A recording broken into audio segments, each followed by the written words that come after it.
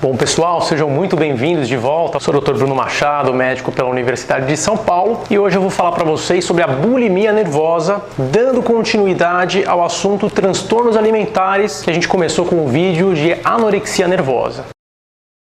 Os transtornos alimentares têm como característica central o comportamento alimentar que está alterado, né? Então, o que a pessoa come, com quem, quando, em que contexto, né? Em que situação, com que conotação, como que ela interpreta aquilo está alterado nos transtornos alimentares. E a gente está falando dos grandes transtornos clássicos da anorexia nervosa no último vídeo, e agora, hoje, vamos falar da bulimia nervosa, que é um assunto também de máxima importância e bastante frequente também. Bom, para a gente ilustrar, eu quero começar também trazendo novamente um caso clínico, tá? Uma historinha de uma paciente que eu conheci, vou chamá-la aqui de Ana Paula, né, para preservar a privacidade, o sigilo.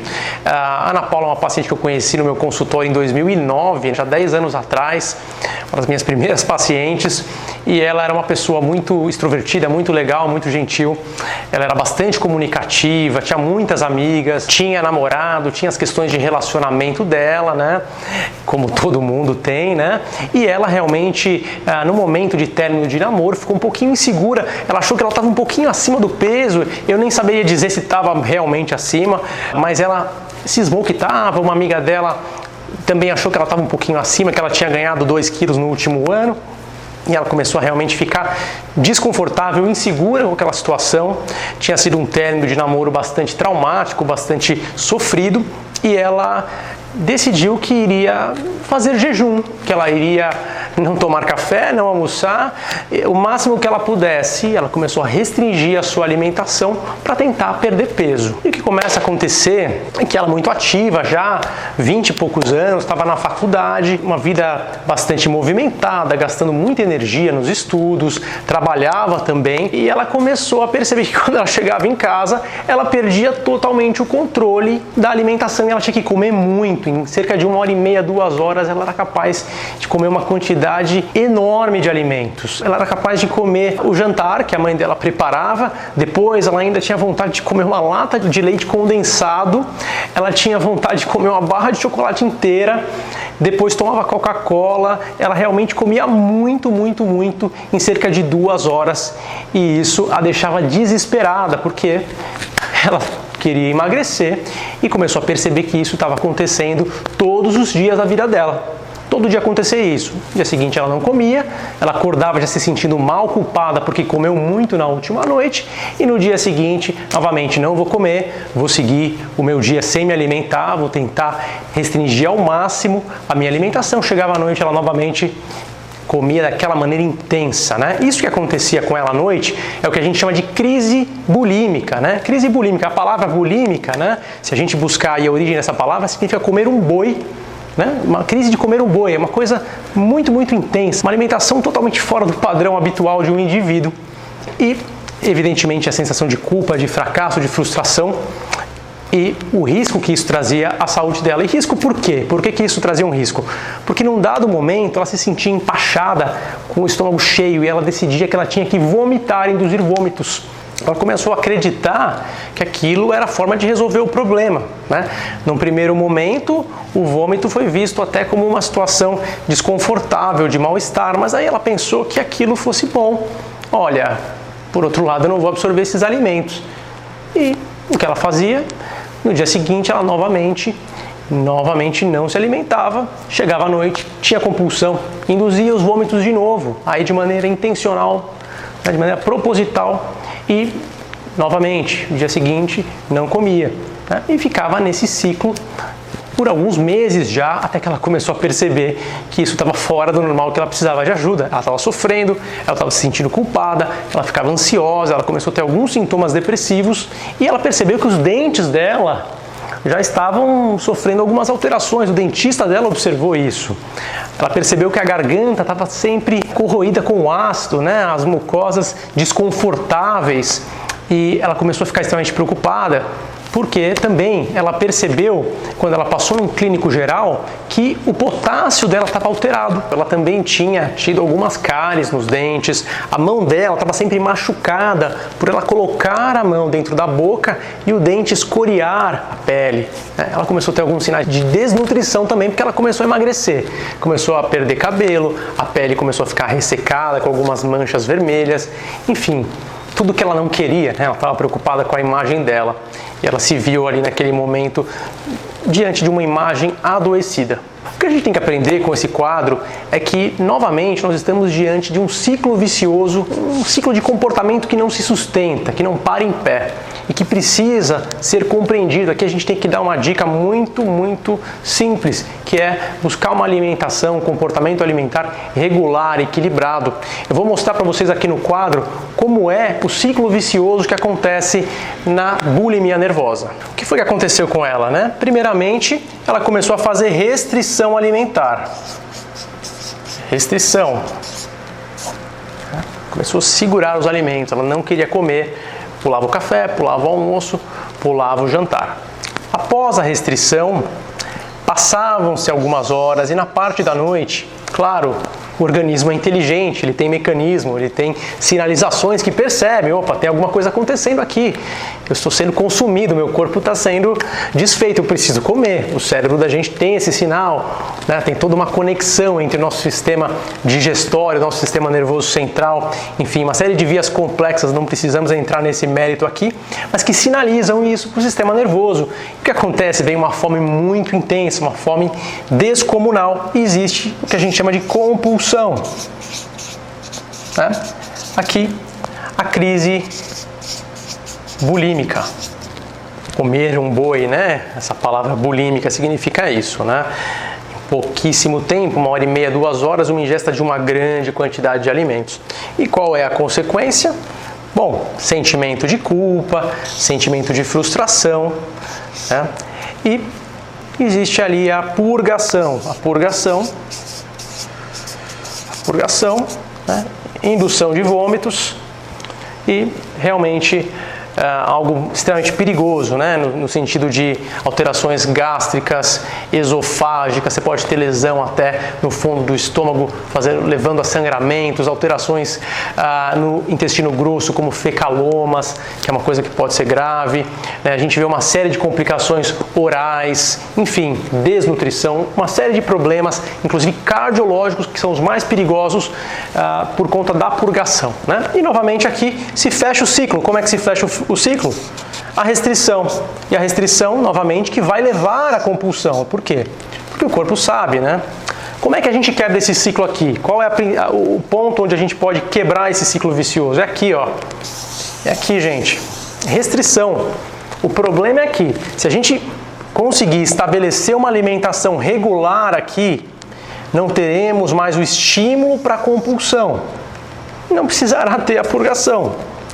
Então, a primeira coisa que eu estou dizendo aqui, a gente precisa ter um acompanhamento nutricional. Tá? Um acompanhamento nutricional.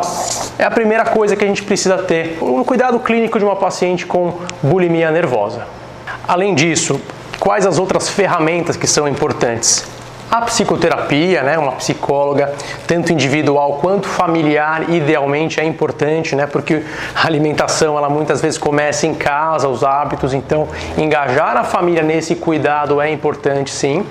Além disso, o tratamento psiquiátrico pode auxiliar a tratar as comorbidades, como ansiedade, depressão, né, e também a própria compulsividade da paciente, que pode às vezes ter outras compulsões, como álcool, compulsão por outras situações aí como drogas, questão sexual, enfim, uma série de compulsões que podem também estar presentes e que podem ser tratadas, além da própria compulsão alimentar, responder com medicamentos, né? Remédios que ajudam, porque até a gente realmente reestabelecer esse padrão nutricional, permitir que realmente os hábitos se consolidem, muitas vezes você precisa de um mecanismo biológico ali para inibir a compulsão, para atuar em áreas estratégicas do sistema nervoso central que dão saciedade e que inibem as compulsões alimentares. Tá bom? Então vamos lá. Eu quero agora mostrar para vocês as principais características aqui dos transtornos alimentares. A gente falou da anorexia. Quem não viu o primeiro vídeo, veja, né? Um vídeo bastante interessante da anorexia nervosa. A gente vai falar agora da bulimia nervosa, né?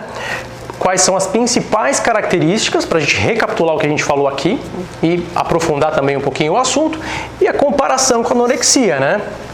Então vamos lá, a gente falou que na anorexia nervosa a paciente em geral era muito emagrecida. Aqui a gente vai ver um peso normal, ou até um pouquinho aumentado, tá? Só um pouquinho. Na questão da imagem corporal, né? Em geral ela está normal aqui, a gente tem uma imagem corporal normal, tá? Diferentemente da anorexia, onde a imagem está distorcida. Aqui a gente tem uma percepção absolutamente dentro dos parâmetros de normalidade, né? A pessoa tem uma percepção adequada de sua imagem corporal. O início, como a gente falou, 20 anos aqui por volta de, né? Na anorexia a gente vai pensar aqui no comecinho da adolescência. Aqui são pacientes que não dizem ter fome. Aqui as pacientes reconhecem muita fome, né? Uma desregulação da fome, né? Um desbalanço da fome. Aqui na comunicação, né? Como eu falei, pacientes comunicativas, em geral extrovertidas, né? Se comunicam, se expressam muito, externalizam suas emoções. A questão da sexualidade também aqui é normal, né? Tende a estar dentro do normal, elas têm relacionamentos normal. A menstruação aqui costuma estar presente. A personalidade, aqui a gente vê perfeccionismo, aqui a gente não vê perfeccionismo. A gente vê o que aqui? Aqui a gente vê, em geral, instabilidade, tá? Aqui, instabilidade. Por exemplo, borderline, né? Borderline, tem os vídeos aqui de borderline no canal. Pode acontecer junto aqui o borderline junto com a bulimia, né? Comorbidades também, a depressão, tá? A depressão presente aqui, e muitas vezes também questões de abuso de substância, álcool, abuso de álcool, né? O álcool pode entrar naquele ciclo que a gente falou ali também, né? Na hora da crise bulímica, troca a comida pelo álcool, né? Ou drogas, também acontece, tá? Aqui drogas também para emagrecer, bastante frequente. Impulsividade aqui é muito alta em geral, né? Elas agem muito por impulso e, em geral, elas não são tão ansiosas, tá? Elas têm menos ansiedade. Realmente o que prevalece mais aqui é a impulsividade, embora, claro, também possamos ter. Aqui a gente não tem um padrão exato, tá? É uma tendência, né, que a gente quer mostrar para vocês aqui, né? E esperamos aí que tenhamos esclarecido, né? Novamente, bulimia, a gente precisa reforçar essa dica da questão alimentar, de buscar um apoio nutricional, sim, né? Ter um acompanhamento nutricional, buscar uma alimentação equilibrada, né? As refeições sendo respeitados os horários, comendo na hora certa, quantidades exatas, né? Alimentos saudáveis, com índice glicêmico baixo, né? Toda aquela história que você vai conversar com a sua nutricionista, né? Ou vai indicar para sua amiga, para sua familiar aí que busque esse apoio. Além disso, claro, a equipe multidisciplinar, né? O psiquiatra, a psicólogo, o psicólogo, de preferência também uma abordagem familiar, a equipe multidisciplinar atuando aí, né? Para defender a saúde dessa pessoa, para construir realmente uma relação aí equipe-paciente saudável e que permita um crescimento e uma recuperação o mais breve possível, tá bom? Eu vou ficando por aqui. Essa foi a nossa apresentação sobre bulimia nervosa. No vídeo anterior falamos de anorexia nervosa. Eu espero que vocês tenham gostado do tema realmente muito delicado, que envolve questões sérias do ponto de vista médico, né? Questões como emergências, risco de vida em algumas situações. Então é importante a gente conhecer essas principais características que vão levar para essas emergências, para essas situações graves que a gente quer evitar. Busquem um tratamento precoce para que não chegue num estágio tão grave, tão avançado, né? Eu vou ficando por aqui, espero que você tenha gostado e curta o vídeo. Pode também aqui deixar seu comentário, esse espaço aqui é seu, escreva aqui embaixo à vontade. E quem não está ainda acompanhando o canal, não deixe de seguir, né? Junte-se a nós, siga, ligue o sininho de notificação, que nós vamos continuar trazendo outros temas aí que eu tenho certeza que vocês vão gostar, tá bom? Fico por aqui, um abraço, tchau, tchau. Generalizada, chamado de TAG.